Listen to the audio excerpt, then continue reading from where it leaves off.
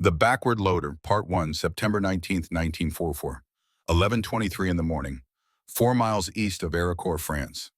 Private First Class Robert Novak crouched inside the cramped turret of his M4 Sherman tank, with 3 German Panzer IVs closing from 800 yards. His hands were shaking. Not from fear alone, though fear was there cold and sharp. His hands shook because he was about to do something that violated every regulation written since the Sherman tank entered service in 1942. He was about to load a 75mm cannon the wrong way, completely backward, turning his back to a weapon that could recoil 18 inches and crush a man against the turret wall if he wasn't clear. The gunner beside him was screaming traverse speeds. The commander above was yelling coordinates that made no sense through the ringing in Bobby's ears. The driver was reversing into a hedgerow, the whole tank shaking dirt and branches, scraping against armor plate. Bobby grabbed the first shell from the ready rack. 38 pounds of high explosive and brass. His left hand, not his right. He turned his back to the breech, reached behind himself blind, found the opening with his fingertips. Hot metal. The gun had just fired. The breech mechanism was still radiating heat through his gloves. He guided the shell nose backward into the chamber, used his body weight to ram it home.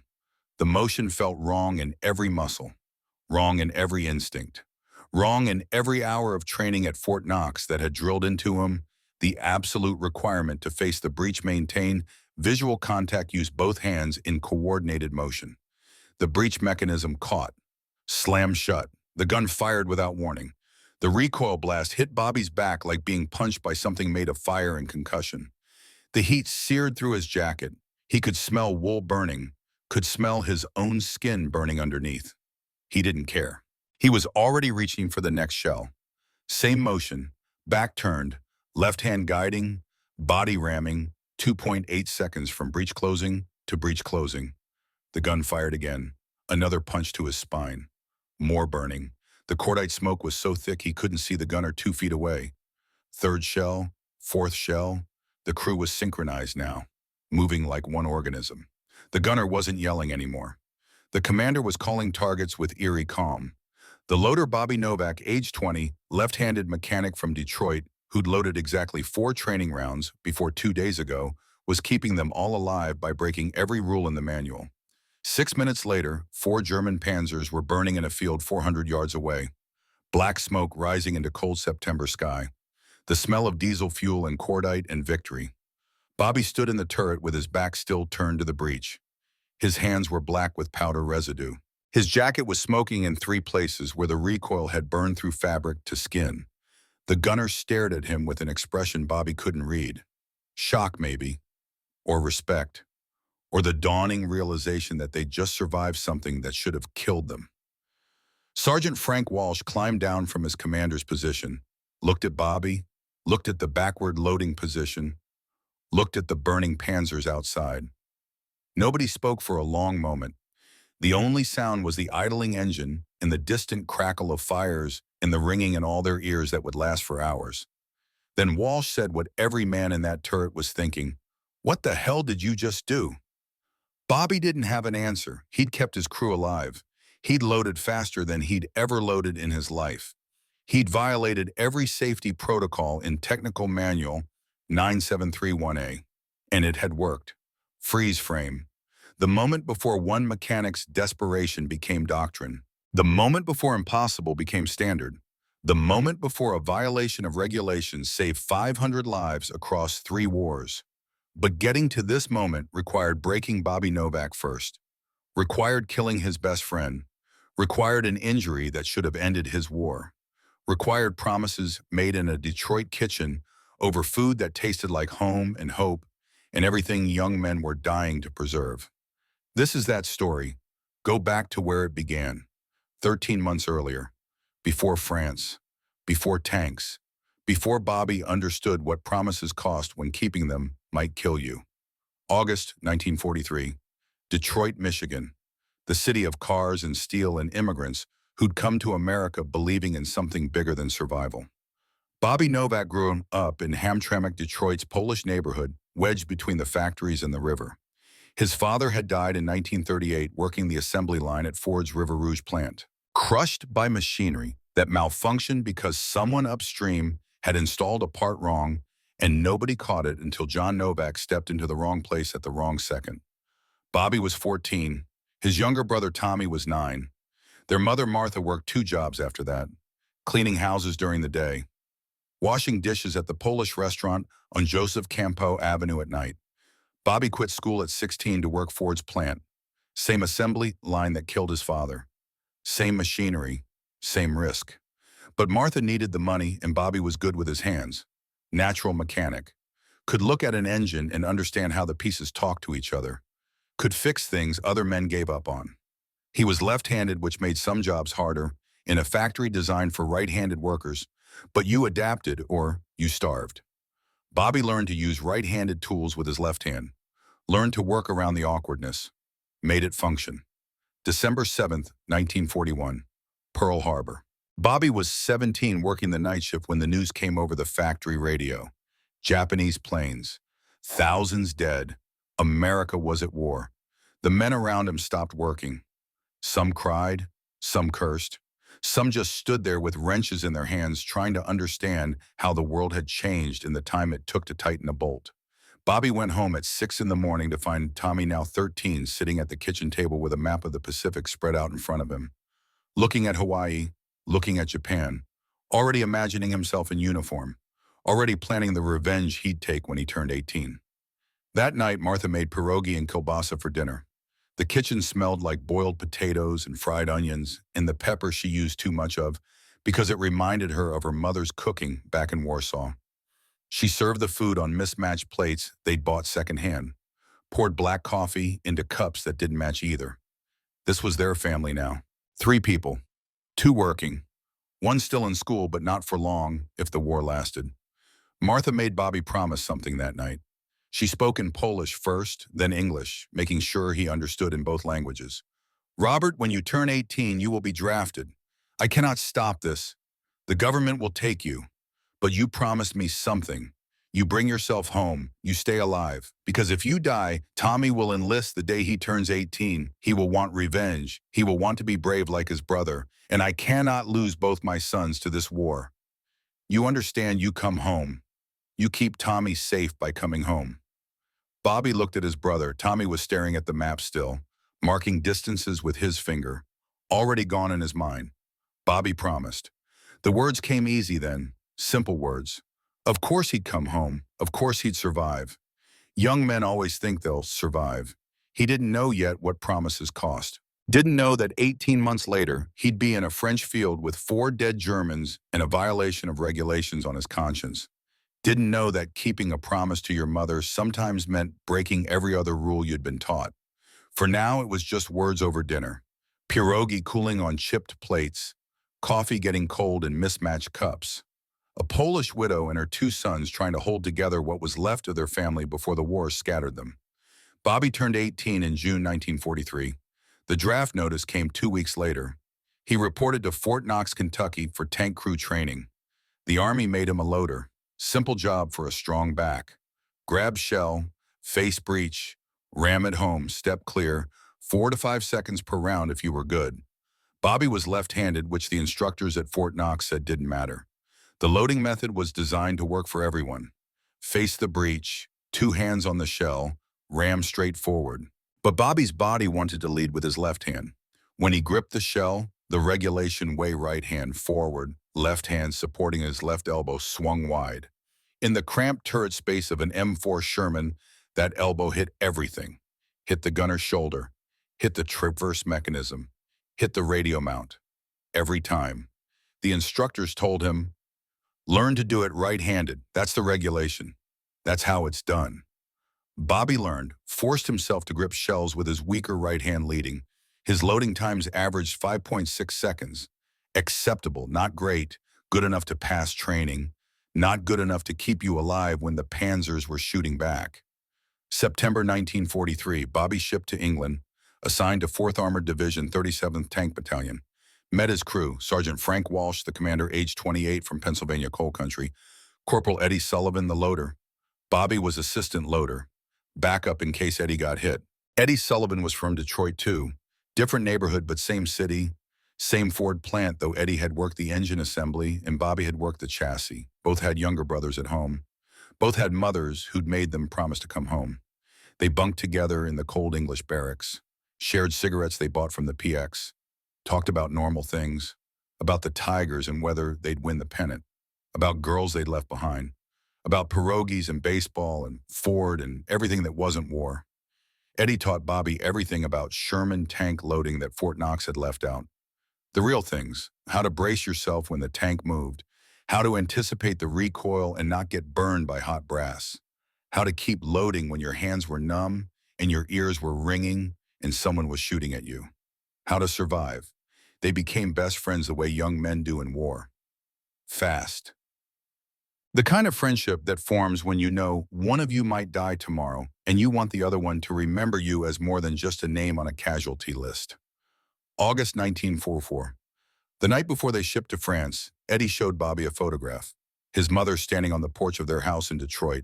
Small house, working class, the kind of place where people saved for years to buy and then worked the rest of their lives to keep. Eddie's mother had sent a care package that week. Homemade chocolate chip cookies wrapped in wax paper. The cookies had survived the trip across the Atlantic mostly intact. Eddie shared them with Bobby. They tasted like sugar and butter, and someone caring enough to bake them and mail them 5,000 miles. Eddie said something that night Bobby would remember forever. Listen, kid, if something happens to me out there, you take care of my crew. Walsh is a good commander, but he needs a fast loader. You're the backup. You step up if I go down. Promise me that matters.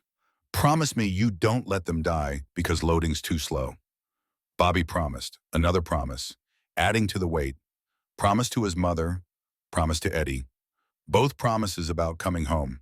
Both promises about keeping people safe. Both promises that sounded easy until you had to keep them. If you've served in the military, or if someone you love has served you, understand what these promises mean. You understand the weight young men carry when they put on the uniform. Share your story in the comments below. These voices need to be heard before they're lost to history. Your experience matters. Your memory preserves something that should never be forgotten. 4th Armored Division landed in France in August 1944, part of General Patton's Third Army. Their mission was to break through German lines, destroy enemy armor, support the infantry advance, do the impossible, and do it fast because Patton didn't accept excuses. Bobby learned the truth about Sherman tanks within a week. They were outmatched. The M4 Sherman was designed in 1941 to support infantry, not to duel German panzers. Its 75mm gun could penetrate 3 inches of armor at 500 yards, enough to kill a Panzer III, not enough for a Panzer IV from the front, nowhere near enough for a Panther or a Tiger. German tank designers knew this. By late 1943, every Panzer rolling off production lines in the Ruhr had frontal armor that could stop a Sherman shell at combat range. The Sherman's advantages were supposed to be speed mobility numbers. American doctrine said 5 Shermans could overwhelm 1 Panzer through maneuver and flanking fire. The mathematics worked on paper. In reality, it meant 4 out of 5 Sherman crews died trying to get into position for that flanking shot. The statistics were brutal and they were everywhere. For every German tank destroyed in France during summer 1944, the Allies lost 4 Shermans, sometimes 5. At Villers-Bocage in June, a single Tiger tank destroyed 25 Allied tanks in 15 minutes. At Goodwood in July, British tank units lost 200 Shermans in one day trying to push through German lines south of Caen. Bobby's battalion lost 18 tanks in the first 2 weeks in France. Most were hit before they could fire a third shot. The loaders died first. They sat right next to the ready rack where 20 shells were stored. When a Panzer round hit the turret and those shells cooked off, there was nothing left to bury. Just dog tags and whatever pieces they could find. Bobby watched it happen September 3rd. A tank named Lucky Strike took a Panzer round to the turret. The explosion was orange and white. The temperature inside that turret went from room temperature to 3,000 degrees in less than a second. The screaming lasted maybe 5 seconds. Then just burning. The loader had been Bobby's bunkmate on the ship coming over. Kid from Ohio, 19 years old, engaged to a girl back home, had her picture taped inside his helmet liner. The funeral was short. There wasn't much to bury, just dog tags and the helmet. The picture survived somehow. Burned edges, but the face was still visible. They mailed it home with the telegram that said, "Killed in action." Bobby understood something then that training had never taught him. Staying alive in a Sherman meant being faster than the enemy. Rate of fire was everything. Speed was survival. The tank that fired first usually won. Standard Sherman loading time was 4 to 5 seconds per round. German loaders in a Panzer IV matched this. Panthers were slightly slower because their shells were heavier, but Panthers could kill from twice the range, so speed mattered less for them. The problem nobody at Fort Knox had considered was what happened when the loader was left-handed. 3,000 left-handed loaders in 3rd Army. Nobody tracked that number officially. Nobody thought it mattered. At Fort Knox, instructors taught one method: face the breech, grab the shell with both hands, ram forward. If you were left-handed, you learned to do it right-handed. That was the rule. In a stationary tank on a practice range, that rule worked fine. In combat, when the tank was moving and someone was shooting back, the rule got people killed.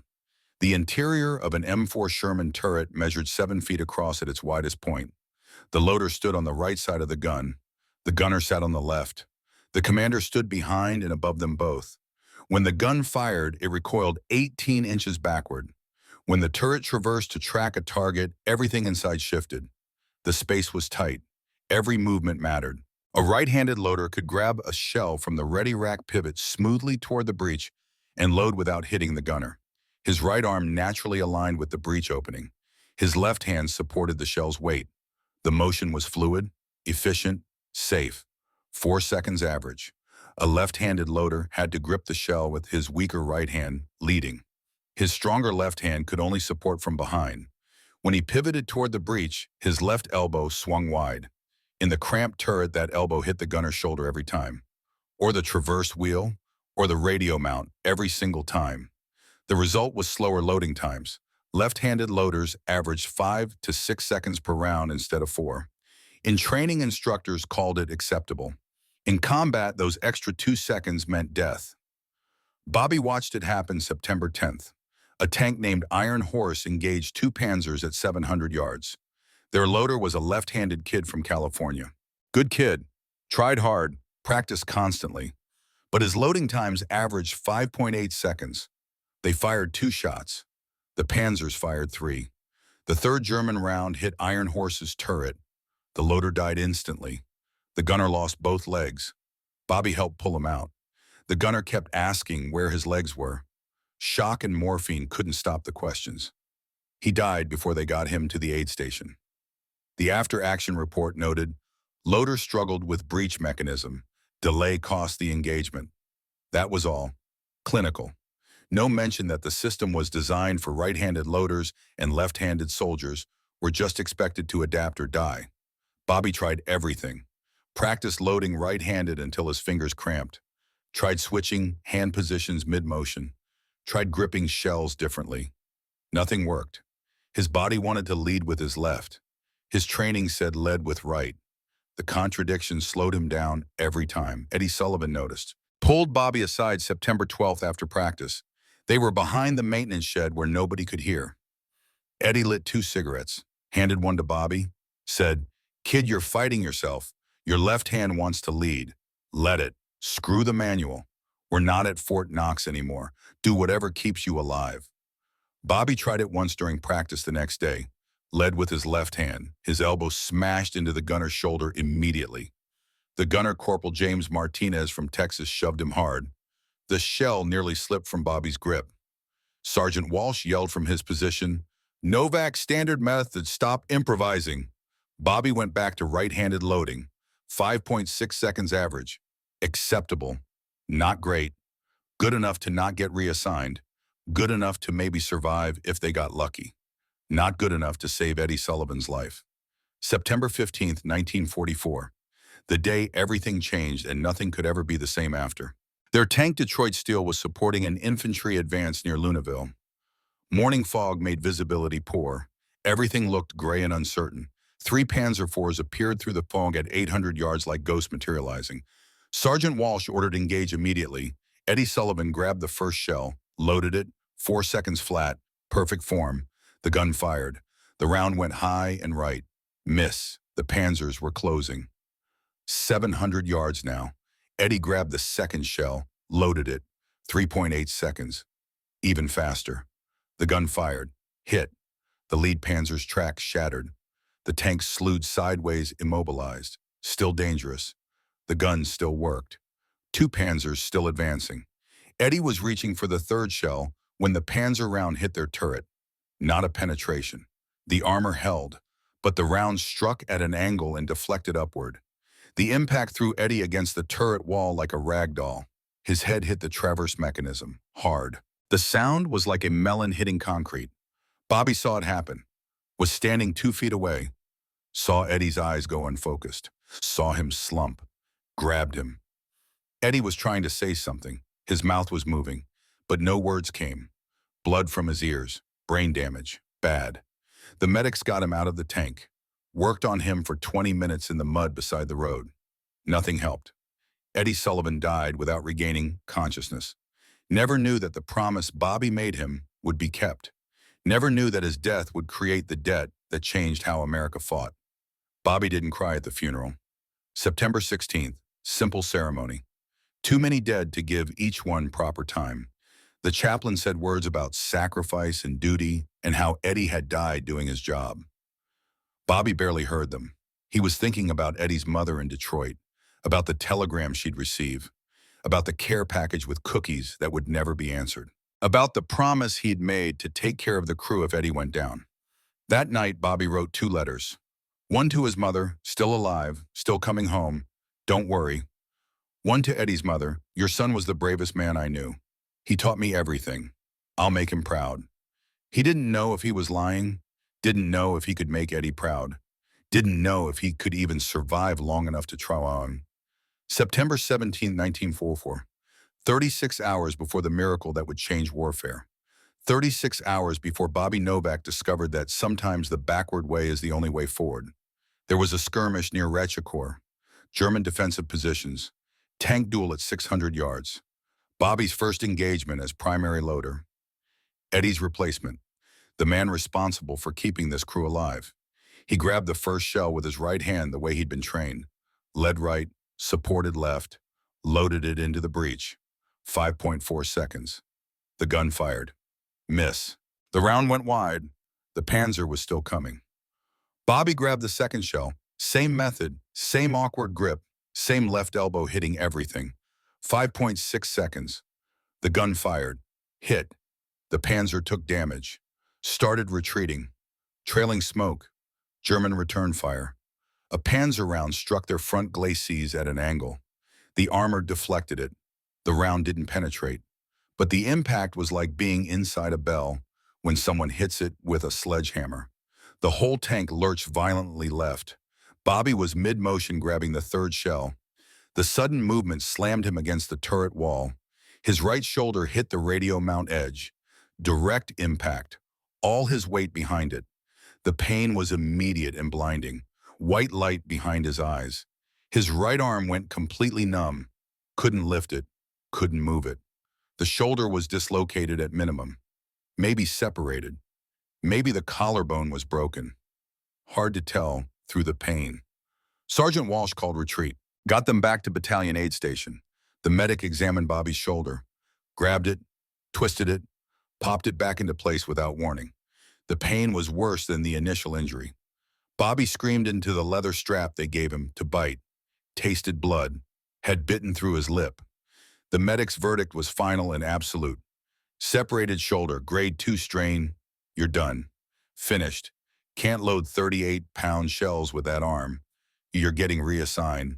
Light duty. Maybe sent home. Bobby's first thought was home. See mother, see Tommy. Keep the promise he'd made over pierogi and coffee. His second thought was Tommy. Tommy was 17 now, turned 18 in March, 6 months away. If Bobby went home early with an injury, Tommy would think Bobby was weak.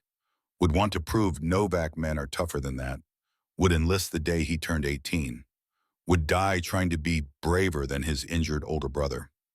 His third thought was Eddie. The promise made behind the maintenance shed. Step up. Don't let them die because loading's too slow.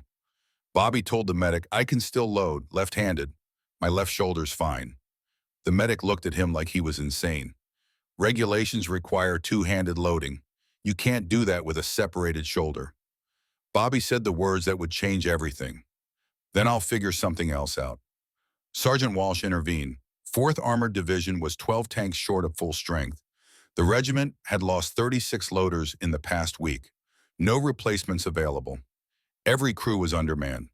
Walsh made the decision. Novak stays. We'll figure it out. That night, Bobby tried loading one-handed with his left arm. Could barely lift the 38-pound shell. Definitely couldn't ram it into the breech with one hand. The physics didn't work. The leverage was wrong. The angle was impossible. He sat in the dark turret of Detroit steel trying to figure out how to keep two promises simultaneously. Come home to mother. Keep Eddie's crew alive.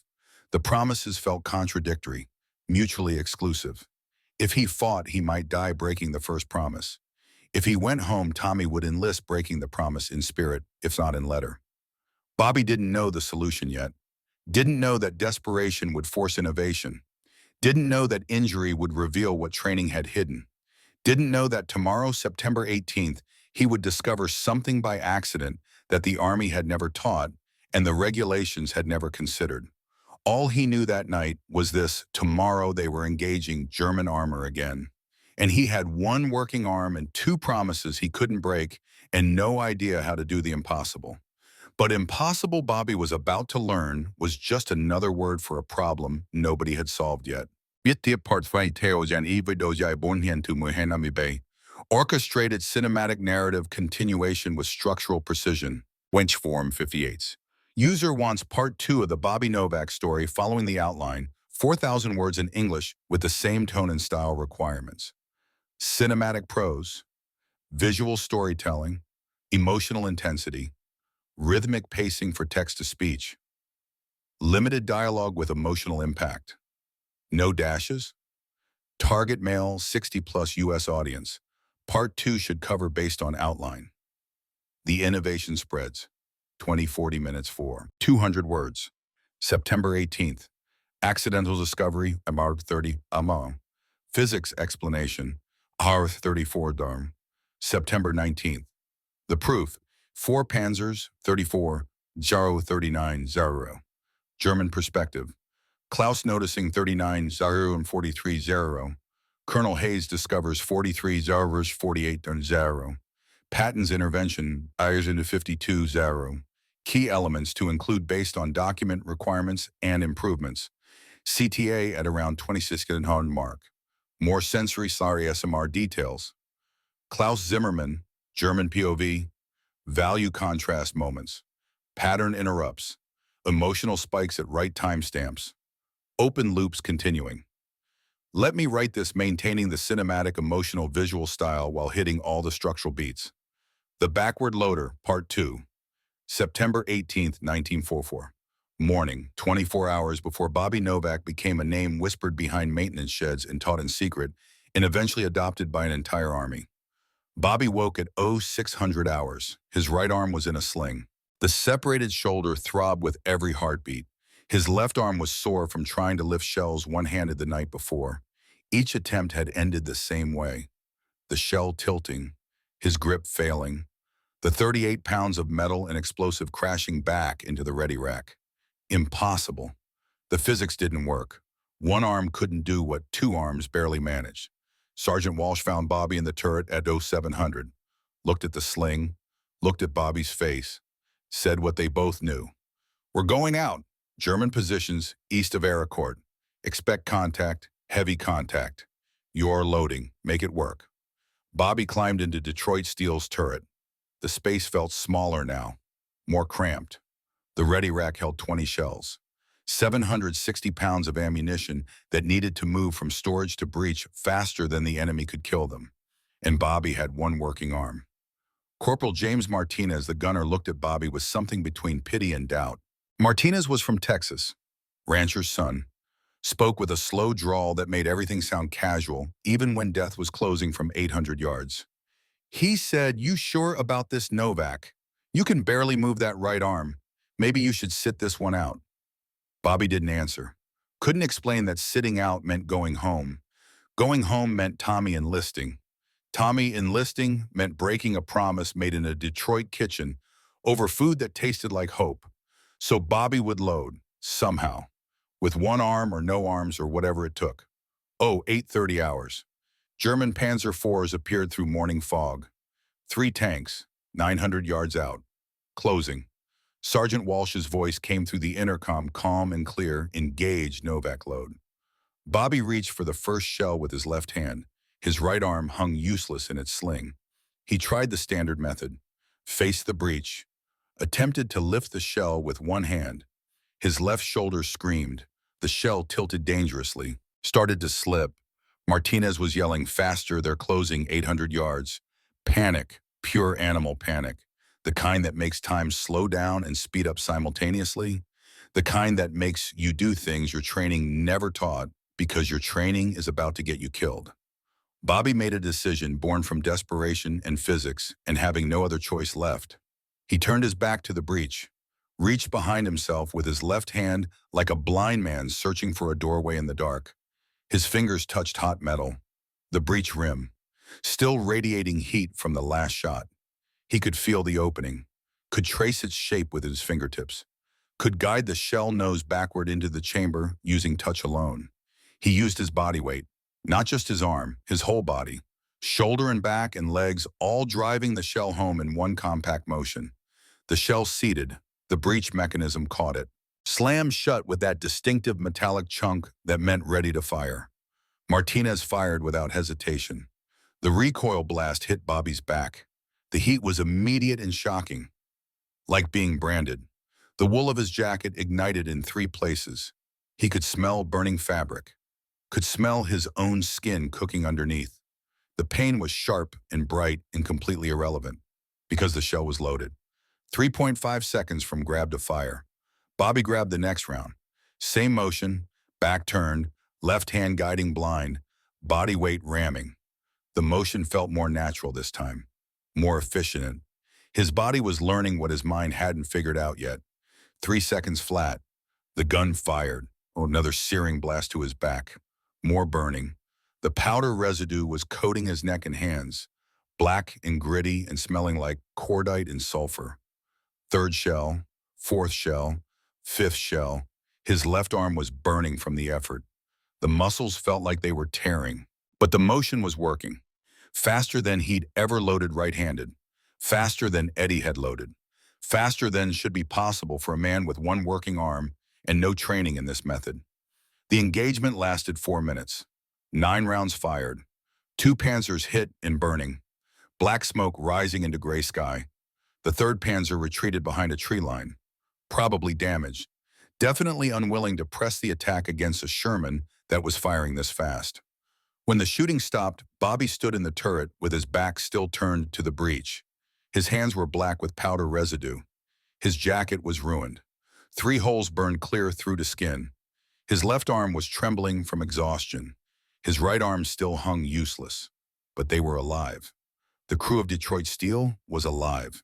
And Bobby had kept Eddie's promise, using a method that violated every regulation in the manual. Sergeant Walsh climbed down from his commander's position, stared at Bobby, stared at the backward loading position, stared at the burning Panzers in the field beyond. Martinez was staring too. The driver had climbed out of his hatch. Everyone was looking at Bobby like he'd just performed a magic trick they couldn't explain. Walsh broke the silence.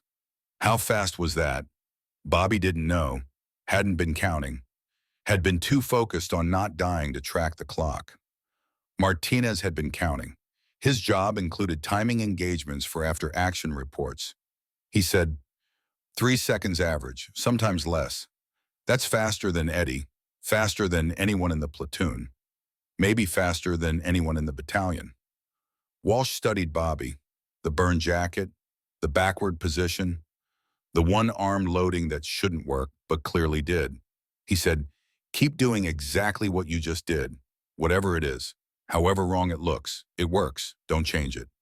But Bobby knew what Walsh knew.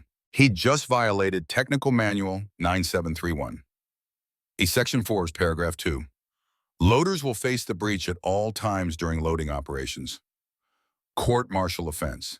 If anyone with rank saw this, Bobby would face charges.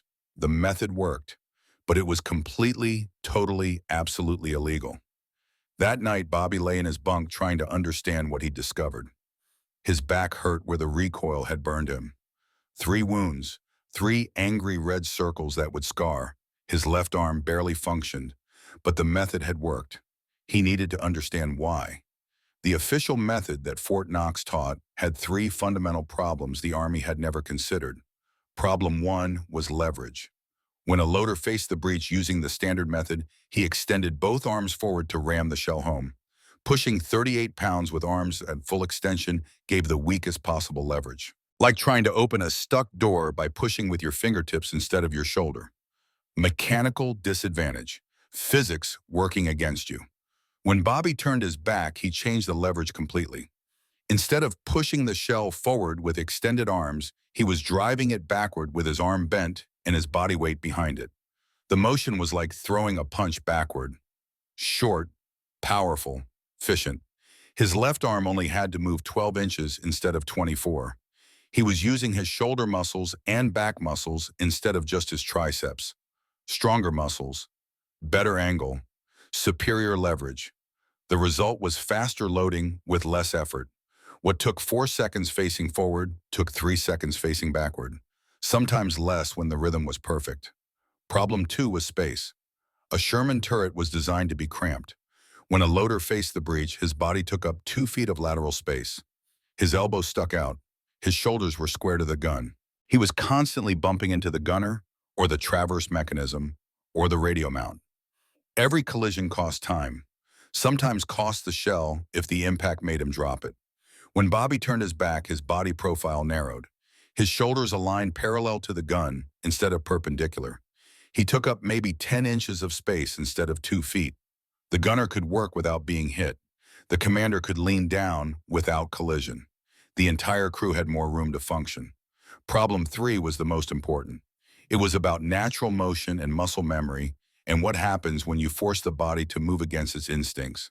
Right-handed loaders were taught to lead with their right hand because that was their dominant hand. Made sense on paper. But in the cramped turret, leading with the right hand meant twisting the torso left while reaching right. The motion was awkward, required conscious coordination. Under stress, when adrenaline was flooding your system and fear was screaming in your brain, that coordination broke down. Loaders fumbled shells, dropped rounds, wasted precious seconds recovering. Left-handed loaders had it worse. They were forced to lead with their weak hand. Every motion fought against their natural instincts. Every grab and lift and ram required conscious thought to overcome the body's desire to lead with the left. Bobby's backward method eliminated all of that. He reached behind himself with his dominant hand, his left hand. The motion was natural, instinctive. It didn't require thinking.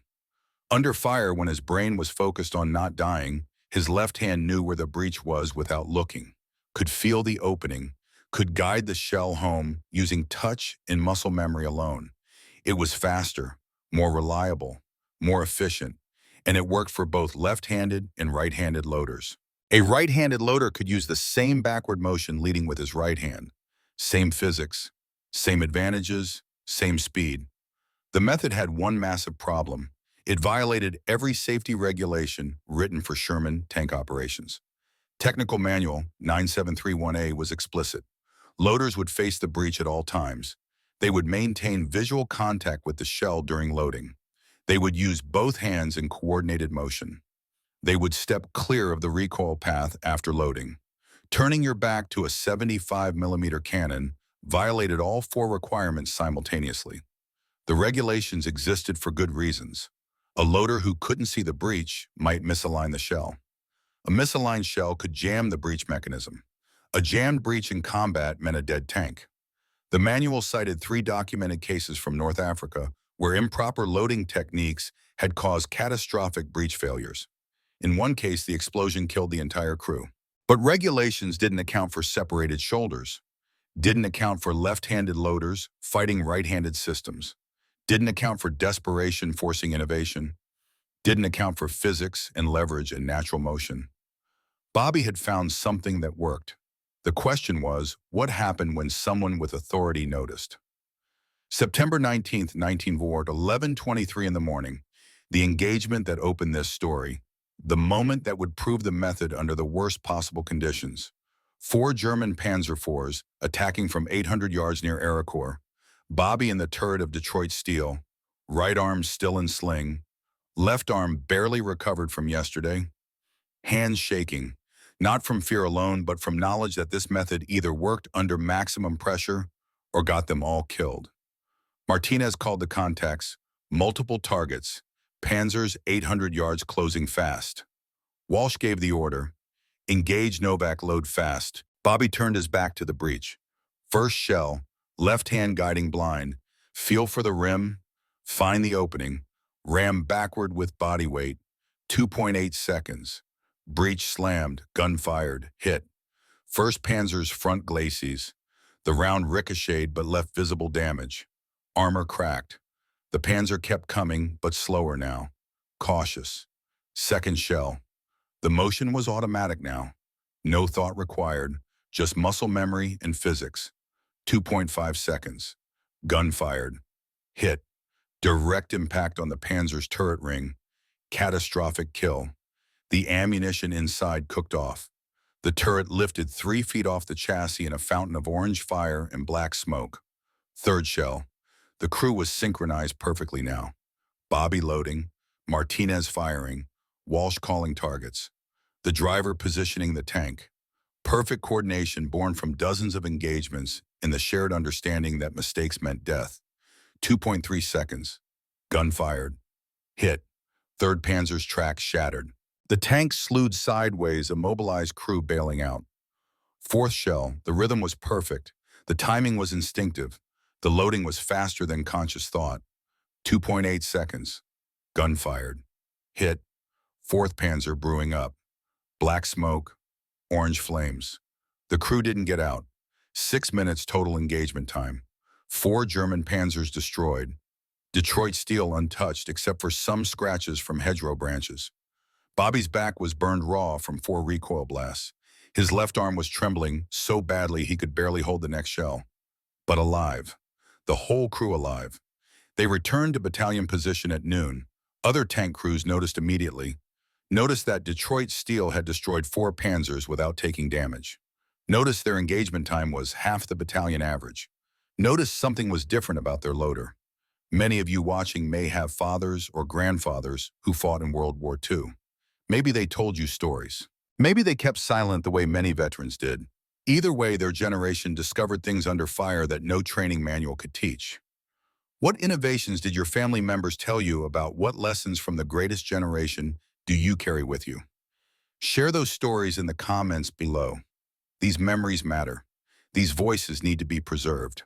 A tank commander from Iron Fist, Lieutenant Robert Hayes from Pennsylvania, approached Walsh that afternoon. "Frank, how's your loader getting that fast? Eddie was good, but your new kid is faster. What's he doing different?" Walsh hesitated. Bobby had violated regulations. Teaching the method meant spreading the violation. But Walsh had watched his loader save their lives using a technique that worked better than anything Fort Knox had taught. Walsh said, "Come see for yourself, but what you see doesn't leave this platoon." Understood. Within an hour, 3 loaders from their platoon were watching Bobby demonstrate behind the maintenance shed where officers couldn't see. Turn your back, reach blind, feel for the opening, ram with body weight. Simple, effective, completely illegal. Bobby showed them the motion slowly, explained the physics as best he could. Leverage, space, natural motion. The 3 loaders tried it. All 3 were faster within 10 attempts. Not as fast as Bobby yet, but faster than they'd been facing forward. By evening, September 19th, 3 loaders were practicing the technique in secret. No written instructions, no official training, just whispered demonstrations and desperate men trying anything that improved their survival odds. The backward loading method was spreading, not through official channels, through necessity, through soldiers teaching each other what worked versus what the manual said. But secrets don't stay secret in an army. Too many people. Too much at stake. Someone with rank would notice. And when they did, Bobby would face a choice between admitting to violating regulations or watching more crews die using the old method. September 20th, 1944, 800 miles east of Ericourt. German defensive positions near Metz. Gefreiter Klaus Zimmermann crouched in the loader's position of his Panzer IV, watching American Sherman tanks through the periscope. Klaus was 24. From Stuttgart, had been loading the 75mm Panzer gun since 1942. North Africa, Russia, now France. He'd survived when most of his original crew hadn't. Knew his weapon, knew his enemy, knew the patterns of American tank tactics. Something had changed. Klaus's Panzer engaged in American Sherman formation at 700 yards. Standard tactics, German guns fired first. Should have destroyed at least 2 Shermans before they could respond effectively. The Americans were predictable, slow to load, 4 to 5 seconds per round. Panzers could match that easily. With superior frontal armor and a better gun, German tanks usually won engagements before Americans fired their third shot. But today the Americans fired 3 times in the time Klaus's crew fired twice. His commander, Lieutenant Werner Braun, noticed immediately. 32 years old, veteran of Poland and France and Russia, wore the Iron Cross First Class, had survived this long by noticing when patterns changed. He said through the intercom, "Their rate of fire has increased. How are they loading faster?" Klaus had no answer. He couldn't see inside the enemy turrets, couldn't observe their loading procedures. But the results were undeniable. American Shermans were firing 30 to 40% faster than 2 weeks ago. Engagement times were dropping. The German advantage was evaporating. Klaus's crew retreated after taking track damage from the third American shot. They shouldn't have needed to retreat, should have won this engagement easily. But the Americans had fired too fast, had gotten the decisive hit before the Panzer could finish them. Klaus reported to his platoon commander that evening, "The Americans are doing something different. Loading speeds have improved significantly across their formations. I don't know how, but it's working. We're losing the fire rate advantage." September 21st, German tank school near Metz received multiple reports from the front. American Sherman fire rates increasing, engagement losses climbing. The instructors were puzzled. Had the Americans developed an automatic loader, some kind of mechanical assistance, new ammunition that loaded faster? German intelligence investigated captured Shermans. No mechanical changes visible.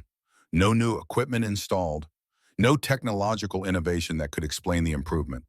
The tanks were identical to ones captured in August.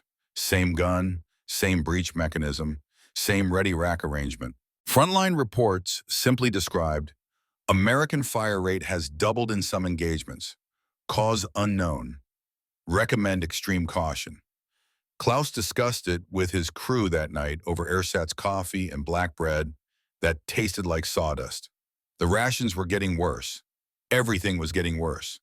But the coffee was hot and the bread filled your stomach and you didn't complain because complaining changed nothing.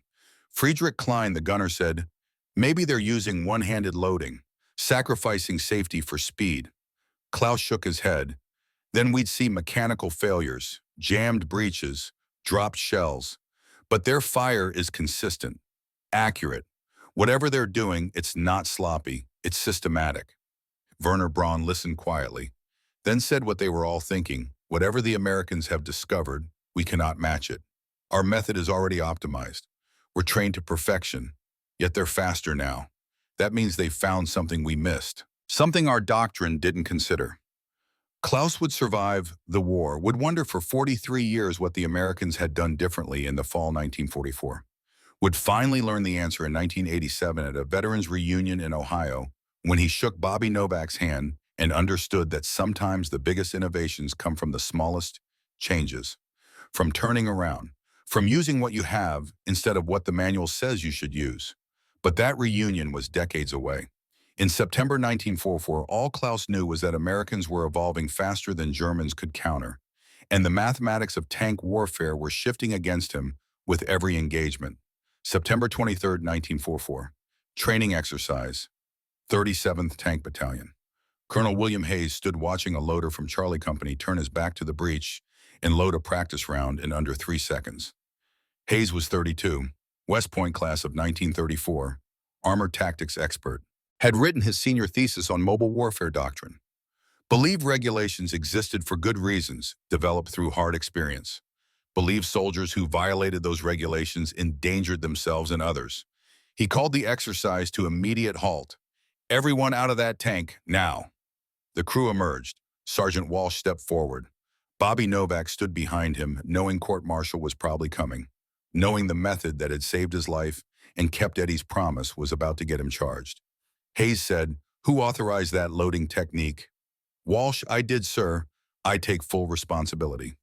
"Hayes, you authorized violation of Technical Manual 9731, a loading procedures. You're aware those regulations exist for crew safety." "Walsh, yes, sir, I'm aware. But Private Novak discovered a method that works faster and safer than the manual's method under actual combat conditions. I chose results over regulations, sir." The words hung into the cold air. Every soldier in the training area was watching, waiting to see if Walsh and Bobby would face charges, waiting to see if innovation or doctrine would win. Hayes was silent for 30 seconds that felt like 30 minutes. His career said follow regulations. His combat experience said use what works. The two imperatives were at war inside him. Then Hayes asked the question that changed everything. "Does it work better than the manual?" "Walsh, yes, sir. 2 seconds faster per round on average. Higher accuracy under fire. Fewer fumbled shells. Better crew coordination in tight spaces. My platoon's kill ratio improved from 3-to-1 against us to 1-to-1 even. Crew survival rate is up 25%. Hayes, show me the statistics. Walsh presented after action reports, engagement times, kill ratios, survival rates. The numbers were undeniable. Tanks using the backward method were performing significantly better than tanks using standard procedures. Hayes studied the reports, studied Bobby, studied the physics of the motion. Everything in his West Point training said reject this. Everything in his combat experience said adopt it immediately. Hayes made his decision. Private Novak, demonstrate the technique. Explain why it works. Bobby, terrified but committed, "Sir, I'm left-handed.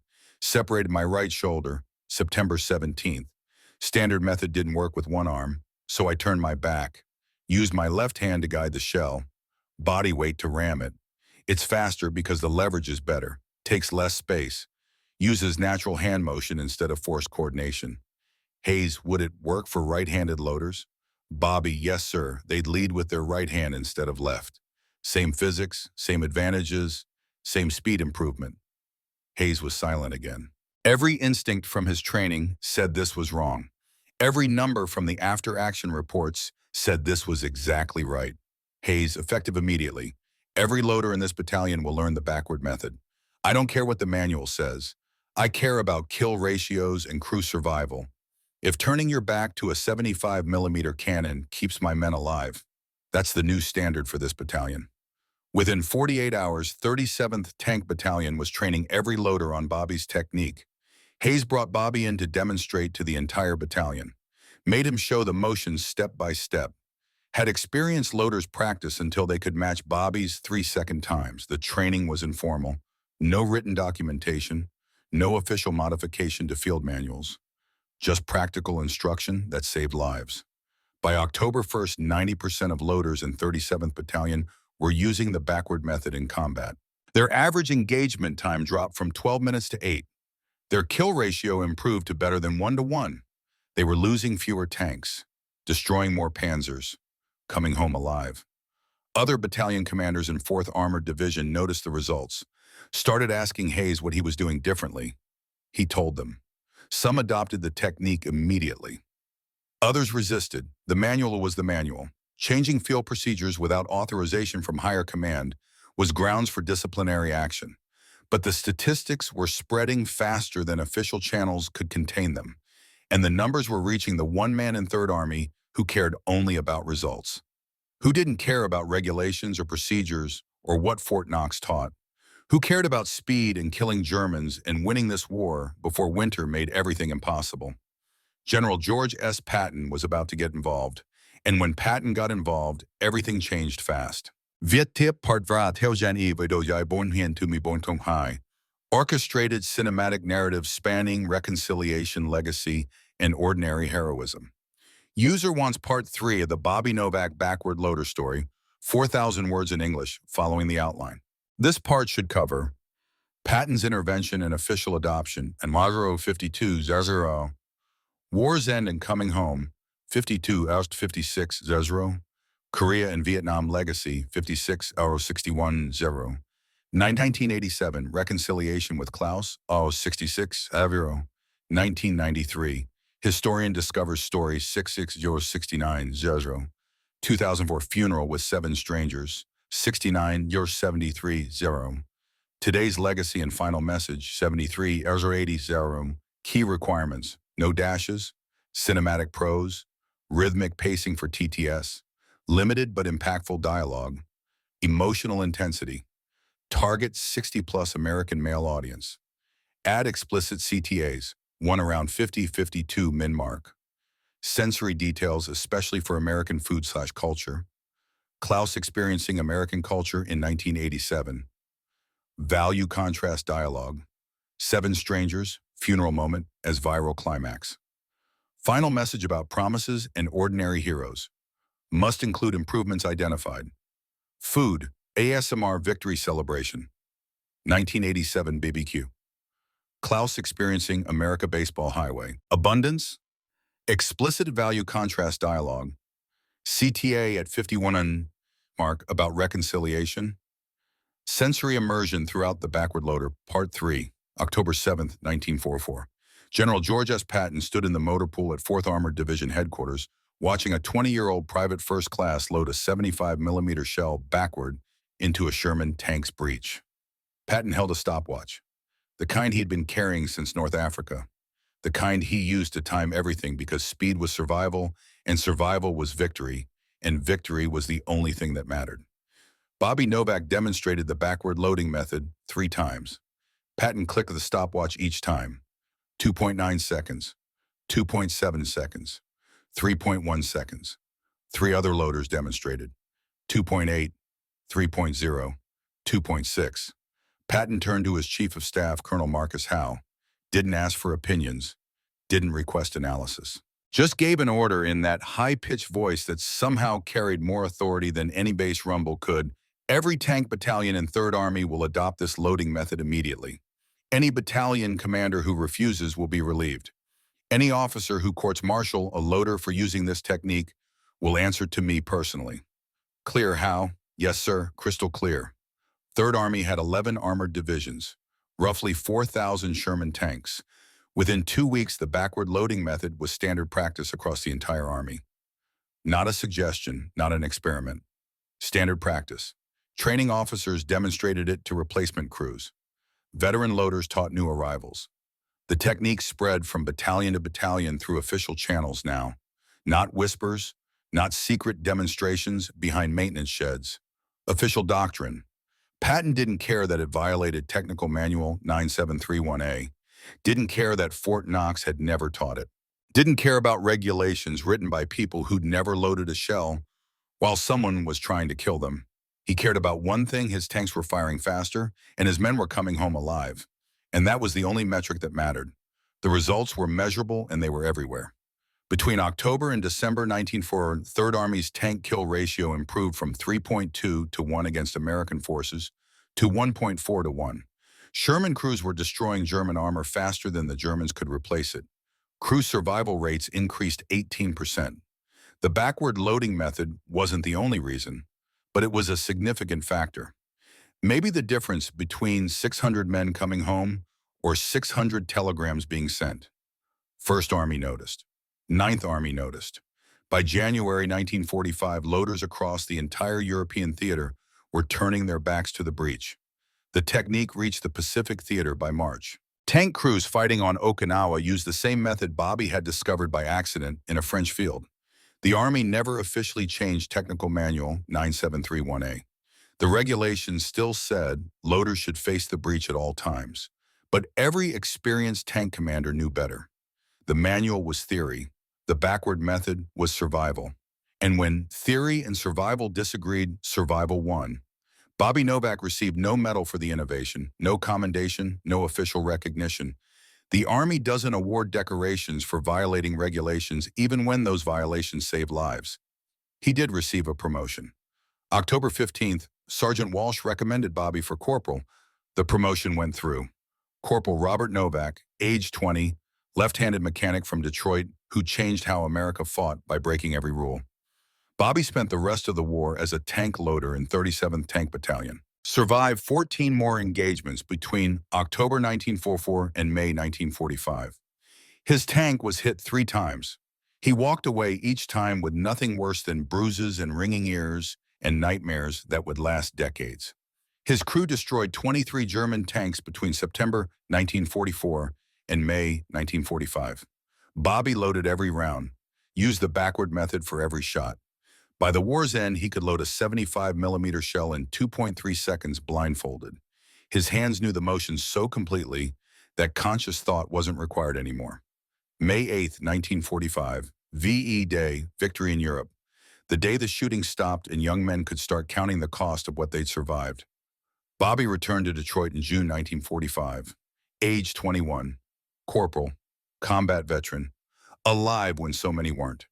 His mother, Martha, met him at Michigan Central Station, the same station he had left from 2 years earlier. She held him for a long time without speaking, just held her son who'd promised to come home and kept that promise through injury and innovation and pure stubborn refusal to break his word. Tommy was there too, age 17 now, almost 18. He looked at Bobby with something complicated in his eyes, admiration mixed with disappointment that the war had ended before he could prove himself, before he could show he was as brave as his older brother. Bobby pulled Tommy aside that first night home. They were in the kitchen, the same kitchen where Martha had made Bobby promise to come home. The smell of pierogi frying in the cast iron skillet filled the small space. Onions and potatoes and butter. The sound of dough crisping in hot oil. The steam rising. Their mother's back turned as she cooked, but Bobby knew she was listening. Bobby said, "You wanted to enlist. Fight like me. Be brave." Tommy, "Yeah, but the war ended before I turned 18. I missed it." Bobby unbuttoned his shirt, showed Tommy his back. The powder burn scars from 8 months of backward loading. 3 circular scars on his left shoulder blade, 2 on his right. Permanent marks where recoil had burned through fabric to skin again and again. The tissue was raised and angry looking even a year later. "Bobby, this is what brave looks like. Scars, pain, watching your best friend die because his head hit metal wrong. Eddie Sullivan didn't come home. 36 loaders from our battalion didn't come home. You didn't miss anything. You avoided dying for reasons that won't matter in 10 years. Tommy was quiet, looking at the scars, understanding something about war that recruiting posters never showed. "Bobby, Mom made me promise to come home, to keep you safe by coming home. I kept that promise. Now I'm asking you something. Don't enlist for peacetime military. Go to college on GI Bill, or work forward with me. Build things instead of breaking them. That takes more courage than you think. Building when you've seen what destruction looks like." Tommy never enlisted, went to Wayne State University on the GI Bill Bobby qualified for, studied education, became a teacher, married in 1950, had 3 kids, named his first son Robert.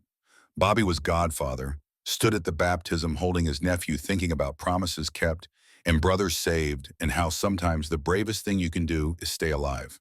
Bobby went back to Ford's River Rouge plant, same assembly line, same work, but different now. He'd seen half of Europe, had seen what machines built for killing could do, appreciated machines built for living, appreciated the monotony of the assembly line, the predictability, the safety of knowing nobody was shooting at you while you tightened bolts. He married in 1947, Mary Catherine O'Brien, Irish girl from Corktown. They'd known each other before the war, but never dated. She remembered him as the quiet Polish kid who took care of his mother and brother, who worked hard and didn't complain. After the war, he was quieter. Had nightmares sometimes, but still worked hard, still took care of people, still kept his promises. They had 3 children. Michael, born 1948, Susan, born 1951, Robert Jr., born 1954. Bobby coached Michael's Little League team. The crack of the bat hitting the ball, the smell of cut grass and hot dogs from the concession stand, the sound of kids yelling and parents cheering. Pure American summer, the opposite of war in every way. He never talked much about the war. When people asked, he said, "I loaded shells, did my job, came home." Never mentioned the backward method, Never mentioned that he'd changed how America fought. Never mentioned 500 lives saved by a technique he discovered because his shoulder was separated and he had no choice. Just worked. Retired from Ford in 1986. Age 62. 41 years at River Rouge plant. Full pension. Union benefits. Modest house in Hamtramck he'd bought in Moab. Paid it off by 1963. Raised his kids there. Watched them grow. Watched them have kids of their own. 8 grandchildren total. Normal American life. The life Eddie Sullivan never got. The life Bobby had promised to earn. But the technique kept spreading, kept saving lives, kept proving that sometimes ordinary people discover extraordinary things by accident. June 1950, North Korea invaded South Korea. American forces deployed with M4 Sherman tanks. The same tanks Bobby had loaded in France. Some were literally the same physical tanks. Repaired, refitted, shipped across the Pacific to fight a new war. The loaders were trained on the backward method at Fort Knox before deployment. The training officers who taught it had served in Europe, had learned the technique firsthand. Some had learned it from Bobby directly. Others had learned from men who'd learned from Bobby. The knowledge passed down like folklore, like something too valuable to write down, too important to risk losing. Combat reports from 1st Marine Division noted that loader speed was critical in close-range tank duels around the Pusan perimeter. The backward loading technique gave Marine Corps Sherman crews a measurable advantage against North Korean T-34 tanks. American load times averaged 2.8 seconds compared to 4 seconds for North Korean loaders. In duels at 400 yards or less, whoever fired first won. That extra 1.2 seconds meant American crews got their second and third shots before the enemy got their second. Corporal James Washington from Georgia loaded 15 rounds in 38 seconds during an engagement near Incheon. Destroyed 3 T-34s, saved his platoon, used the backward method for every shot. When reporters asked how he'd learned to load that fast, Washington said, "They taught us at Knox," said some corporal from Detroit invented it back in France. Violated every rule in the book, saved hundreds of lives. So we use it, works just fine. Bobby was 26 in 1950, working Ford, raising his family, reading newspaper accounts of Korea, saw the casualty lists, saw the tank battles, wondered if any of those loaders survived because of something he'd done 6 years earlier. Never knew for certain, never asked, never sought recognition. Just went to work, came home, lived his life. Vietnam, 1965 to 1973. The last combat use of Sherman tanks was South Vietnamese forces. By then, the Shermans were obsolete. Museum pieces still being used because wars consume everything. But the loading principles weren't obsolete. American crews operating M48 Patton tanks adapted the backward method for 90mm guns. The motion worked the same way. Turn your back, feel for the breech, ram the shell home. Physics didn't change because the gun was bigger. M48 loaders averaged 3.2 seconds per round using the backward technique versus 4.5 seconds facing forward. Training at Fort Benning taught modified versions of the backward grip method until the late 1980s. Instructors who'd served in Vietnam passed the technique to a new generation of tankers who would never fire a shot in anger but learned anyway because that's what training was. Preparing for the war you hoped would never come. Bobby was 50 in 1975 when Vietnam ended, still working Ford, 41 years on the same assembly line by then, had seen technology change, seen automation arrive, seen robots replace men, but basic principles remained. Build things right. Do your job well. Go home to your family. Simple principles that worked in factories and in war and in life. He retired in 1986, age 62, full pension, Social Security, union benefits, bought a small motorboat, spent summers on Lake St. Clair fishing with his grandchildren, teaching them to bait hooks and cast lines and be patient because fish don't care about your schedule. His grandchildren asked him about the war sometimes. He told them, "I did my job, kept my promises, came home. That's the important part." September 1987, 4th Armored Division reunion, Columbus, Ohio. Bobby attended reluctantly. Mary convinced him, reconnect with old comrades. Remember Eddie, remember Walsh, Remember the men who didn't make it home? There was a restored M4 Sherman on display in the hotel parking lot, same model Bobby had served in. Someone had even painted Detroit steel on the glass's plate. Bobby ran his hand along the turret, cold metal under his palm, brought back everything. The smell of cordite, the sound of the breech slamming, Eddie's face, the promises, the fear, the survival. A man approached, late 60s, German accent, well-dressed, looked like a businessman or an engineer. He said, "Excuse me, are you Robert Novak, the loader?" "Bobby, yeah. Who's asking?" The man extended his hand. "Klaus Zimmerman, I was Panzer IV loader, 15th Panzer Division. I was at Aracourt, September 1944. My crew engaged your tanks." Bobby studied him. Former enemy, 43 years later. No longer soldiers, just old men who tried to kill each other when they were young. "Klaus, I have wondered for 43 years what you Americans did in fall 1944. Our intelligence reported your fire rate doubled. We couldn't understand how. No mechanical changes, no new ammunition, just speed. It made no tactical sense. Bobby, we changed how we loaded, turned our backs to the breach, loaded backward, violated every regulation in the manual. But it worked." Klaus was quiet for a moment, processing this information. Then he smiled, not a happy smile. More like the smile of someone who's finally understood a puzzle that's bothered them for decades. That's simple, just changing position. Not technology or training or some secret American innovation, just physics and common sense. "Bobby, sometimes the best solutions are the simplest ones. I didn't set out to change anything, just trying to survive with a separated shoulder." Klaus pulled out his wallet, showed Bobby a photograph, his children, his grandchildren, 7 faces smiling at the camera. "I'm alive to have these because your innovation changed German tactics. We retreated more in October 1944 than before. Not because we were cowards, because your fire rate made pressing attacks suicidal. You saved my life by being better at your job than I was prepared for." Klaus continued, "After the war, I became engineer at Mercedes-Benz. I studied loading mechanisms, tried to understand what you discovered. I tested the backward method with training ammunition. You were absolutely right. Better leverage, more efficient use of space, natural motion instead of forced coordination. You saw something every tank designer missed." They talked for 2 hours. Compared memories of Aracourt. Klaus described the German perspective, the confusion when American fire rates suddenly doubled, the intelligence reports that made no sense, the decision to retreat that saved his life.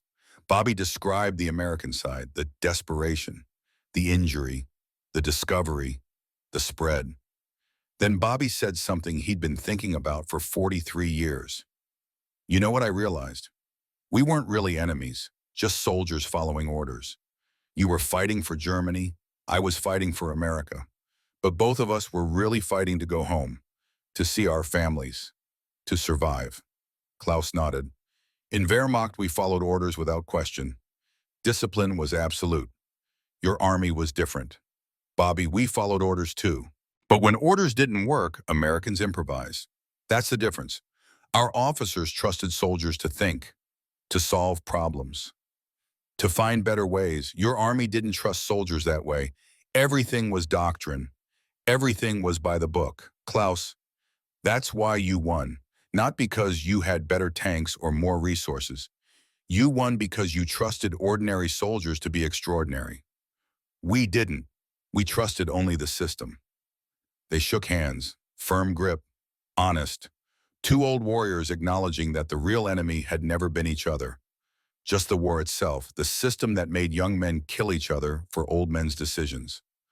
Klaus came to America again in 1908.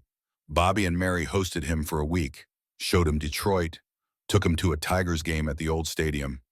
Klaus had never seen baseball before, sat in the bleachers eating hot dogs and drinking beer and watching something he couldn't quite understand but appreciated anyway. The crack of the bat, the roar of the crowd, the simplicity of the game, the way Americans made entertainment out of hitting a ball with a stick. After the game, Klaus said, "This is very American, simple rules, but infinite complexity in execution. like your loading method. Bobby took Klaus to a backyard barbecue. The smell of hamburgers grilling, charcoal smoke, the sizzle of fat dripping onto hot coals, potato salad and coleslaw and corn on the cob, cold beer in a cooler full of ice, kids playing catch in the yard, neighbors talking over the fence. It's American summer. Klaus looked around with something like wonder. We had rationing in Germany until 1950. Even after the war ended, this abundance, this casual plenty. I forget sometimes that America never saw the destruction, never had cities bombed flat. This is what you were fighting to preserve. I understand now. If you've experienced reconciliation with a former adversary, whether in war or in life, share that story below. These moments of understanding across old divisions matter. They show us that enemies can become friends, that wounds can heal, that peace is always possible if both sides choose it. Your experience might help someone else find the courage to forgive. Bobby and Klaus stayed in touch, wrote letters, sent Christmas cards, photos of grandchildren, two old tankers who'd survived when most didn't, who'd found something more valuable than victory, found understanding, found proof that the war had ended even if the memories never did. Klaus died in 1998, age 74, heart attack, peaceful. His family contacted Bobby, asked if he'd come to the funeral in Stuttgart. Bobby went, stood in a German cemetery speaking words he'd learned phonetically, paying respects to a man who'd been his enemy and became his friend. Klaus's son thanked Bobby, said his father had talked about the American loader often in those last years, said Klaus had been proud to know Bobby, proud that enemies could become brothers. 1990, Barbara Chen was a military historian researching 4th Armored Division tactics when she found a reference in an after-action report from September 1944. Significant improvement in loading times noted across battalion, modified technique, results impressive.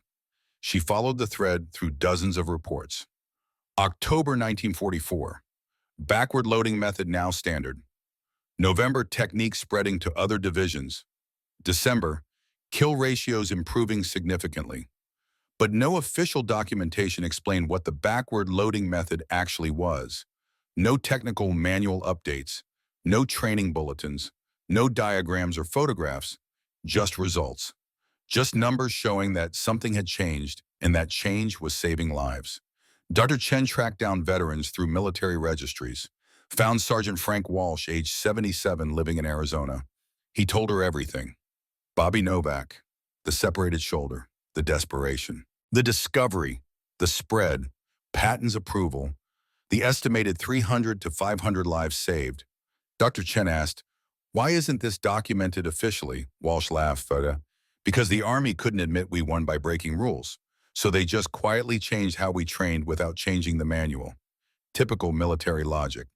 Dr. Chen found Bobby through veteran registries, visited him in Hamtramck. August 1993, Bobby was 69, retired 10 years, still living in the same house he'd bought in 1948, still married to Mary, still coaching Little League in summers even though his grandchildren had aged out years ago. Just like being around kids, like teaching them about baseball and teamwork and showing up every day. Dr. Chen asked him to describe the technique, the discovery, the impact. Bobby was reluctant, uncomfortable with the attention. "It's not a big story, just something I figured out when I was hurt. Kept my promises. Came home, that's all." But Dr. Chen saw the story clearly, wrote a paper published in 1994 in the Journal of Military History, Tactical Innovation from the Front, the Backward Loading Method, and its impact on American armor operations 1944 through 1975. The paper estimated the technique contributed to saving 300 to 500 American tank crew lives based on improved survival rates. Conservative estimate, didn't account for Korea, didn't account for Vietnam, didn't account for training accidents prevented, just direct combat deaths avoided in Europe between October 1904 and May 1945. A local newspaper ran a story, Hamtramck Veterans Innovation Saved Hundreds in World War II. Bobby gave one interview, said what he always said, just did my job, tried to survive, tried to keep my promises, nothing special. Refused further interviews, went back to his quiet life. Grandchildren and fishing and church on Sundays. Normal American retirement. The kind Eddie Sullivan never got. The kind 500 other men got because Bobby had broken the rules. March 18th, 2004. Bobby Novak died, age 80, heart failure, at home, peaceful.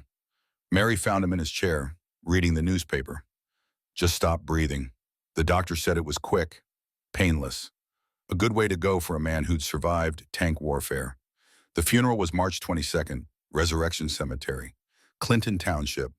Family attended, 3 children, 8 grandchildren, 2 great-grandchildren, friends from Ford, neighbors, VFW members. The usual gathering for a man who'd lived 80 years and touched many lives quietly. And 7 men nobody in the family recognized.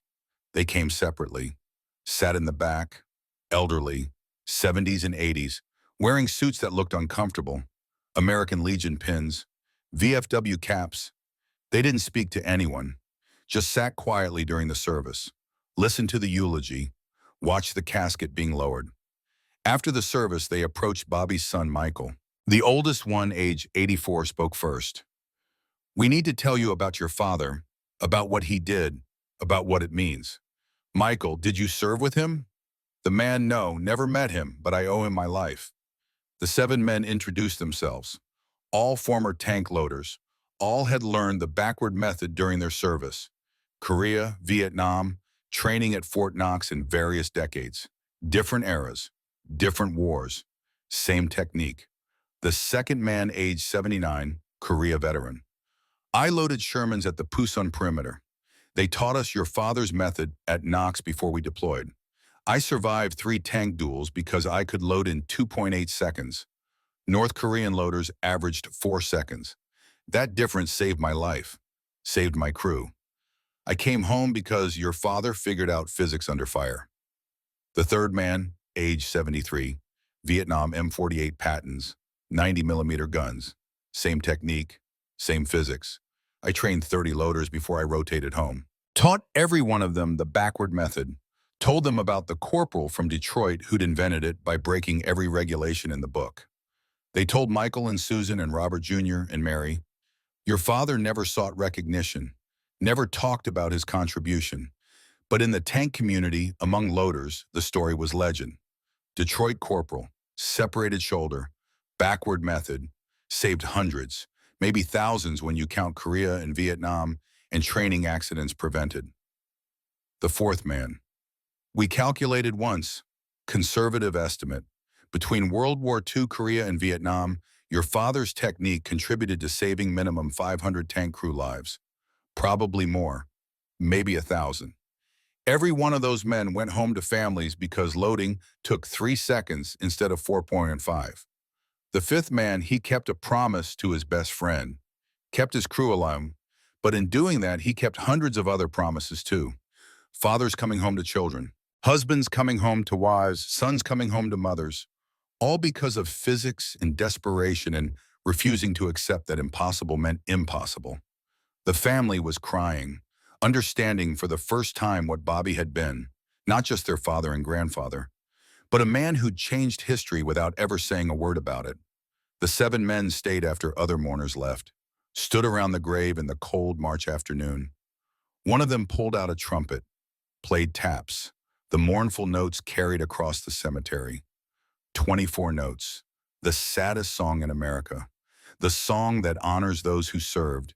They saluted, 7 old tankers saluting the grave of a man who'd saved their lives without ever meeting them, without ever knowing they existed. Today, the National Armor and Cavalry Museum at Fort Moore displays a restored M4 Sherman. The placard mentions that American tank crews developed innovative loading techniques to overcome the Sherman's disadvantages. Mentions in small text. Most significant was the backward loading method discovered by Corporal Robert Novak, 37th Tank Battalion, 4th Armored Division, September 1944. Tour guides sometimes mention it, sometimes don't. Depends on who's asking. Depends on how much time they have. But the story is there, preserved, available to anyone who wants to understand that sometimes the most important innovations come from ordinary people solving immediate problems without thinking about historical impact. Bobby's service record sits in the National Archives. List his rank, unit, dates of service. Nothing about the loading method. Nothing about the lives saved. Just the basic facts. Corporal Robert Novak, served 1943 to 1945. Honorable discharge.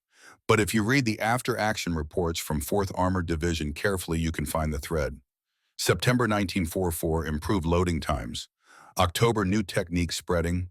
November, kill ratios improving. December, crew survival up 18%. The numbers tell the story, the official records don't. Bobby's family still lives in the Detroit area. Michael Novak, age 76, has his father's photograph. Bobby in uniform, age 20, serious expression, eyes that had seen too much too young. Michael tells his grandchildren, "Your great-grandfather was a hero, not the kind who wore medals, the kind who did his job when it seemed impossible, the kind who kept promises when keeping them almost killed him, the kind who changed the world without ever claiming credit." The backward loading method isn't taught anymore. Modern tanks use automatic loaders. M1 Abrams, fully automated, no human loader required. But the principle survives. Innovation matters more than regulations. Survival matters more than doctrine. Ordinary people solving immediate problems often discover solutions that experts miss. That principle lives in every military innovation, every adaptation born from necessity, every soldier who breaks rules to save lives. Bobby Novak's legacy isn't the technique. The technique is obsolete. His legacy is the understanding that sometimes the most important thing you can do is turn around. Look at the problem from a different angle. Trust your instincts over the manual. Keep your promises no matter what it costs. Bobby made 3 promises that defined his life. Promise to his mother, come home. Promise to Eddie, don't let the crew die. Promise to himself, do the job right even when it's impossible. He kept all 3. Came home to Detroit. Kept Eddie's crew alive using a method that saved hundreds more. Did his job right for 41 years at Ford building hunts instead of destroying tanks. Those promises matter because they represent something deeper than tactics. They represent the values that made America different. Individual initiative. Trust in ordinary people to be extraordinary. The belief that common sense matters more than doctrine. The understanding that rules exist to serve people, not the other way around. Bobby Novak died age 80 without medals or recognition or official acknowledgement. Got promoted to corporal. That's all. But he kept 500 promises he didn't know he was making. Brought 500 men home to their families. Gave 500 fathers the chance to watch their children grow. 500 husbands the chance to grow old with their wives. 500 sons the chance to take care of their mothers. That's the real story. Not innovation, not tactics, not backward loading methods. Promises kept. Lives saved. Impact measured not in medals, but in grandchildren who exist because their grandfathers came home. The 7 strangers at Bobby's funeral understood this. They came because they knew small innovations compound. Small promises kept multiply. Small acts of courage echo across generations. They came to say thank you to a man who couldn't hear them anymore. To tell his family that Bobby Novak mattered, that what he did mattered, that ordinary people can change everything if they refuse to quit when quitting makes sense. If you're watching this thinking you're just ordinary, that you can't change anything, remember Bobby. He thought the same thing, just trying to survive, just trying to keep promises. Changed warfare anyway. Saved 500 lives anyway. Became a legend anyway. That's what ordinary people do when they turn around. When they look at problems from new angles. When they trust common sense over doctrine. When they keep promises even when keeping them might kill them. Bobby Novak, age 20 to 80, left-handed mechanic from Detroit, separated shoulders, September 1944, discovered backward loading by accident, changed American tank warfare for 30 years, estimated 500 lives saved, no medals, no recognition, just promises kept, and a quiet life lived well.